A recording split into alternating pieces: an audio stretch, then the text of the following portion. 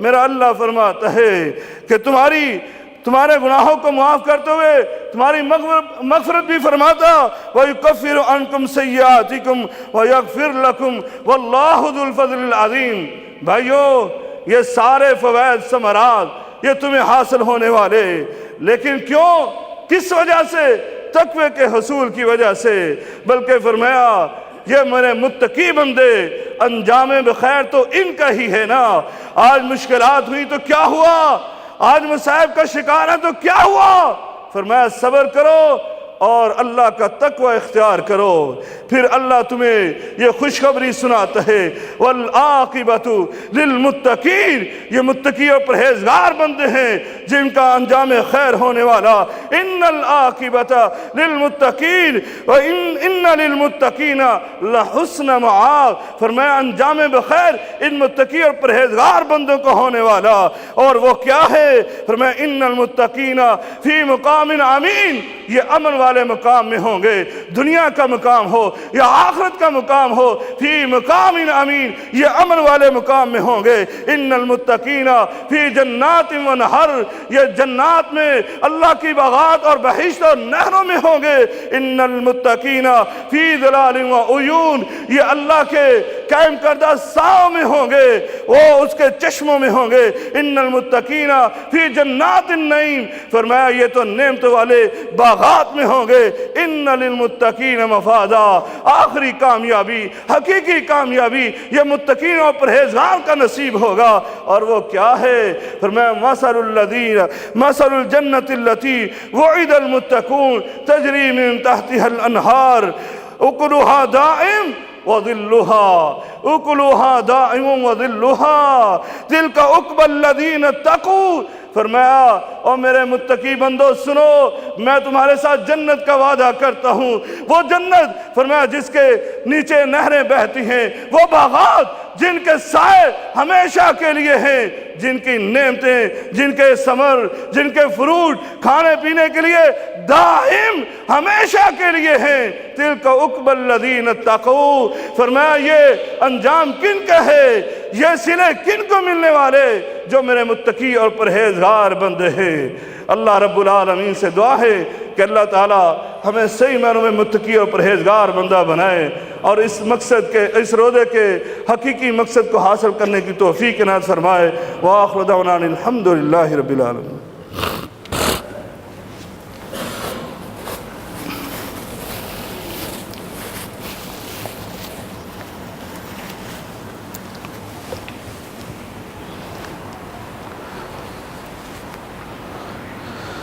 الحمد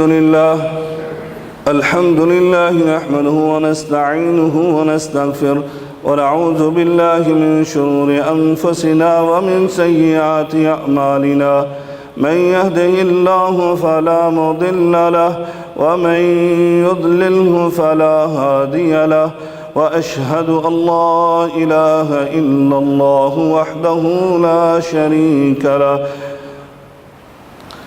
ایک دو اعلان سن لیں۔ انشاءاللہ العزیز آج بعد نماز عصر کے بعد دو منار والی مسجد میں درس قرآن ہوگا اردو کے اندر۔ آپ بھائیوں سے التماس ہے کہ وہاں پر تشریف لائیں عصر کے بعد، اور اسی طرح انشاءاللہ العزیز عصر کے بعد قرطبہ میں ایک عظیم الشان پروگرام ہو رہا ہے، اور وہاں پر افطاری کا بھی انتظام ہوگا۔ جو ساتھی وہاں پر تشریف لے جانا چاہتے ہیں وہ وہاں پر تشریف لے جائیں، اور غالباً دو منار والی مسجد سے بس کا انتظام بھی ہوگا۔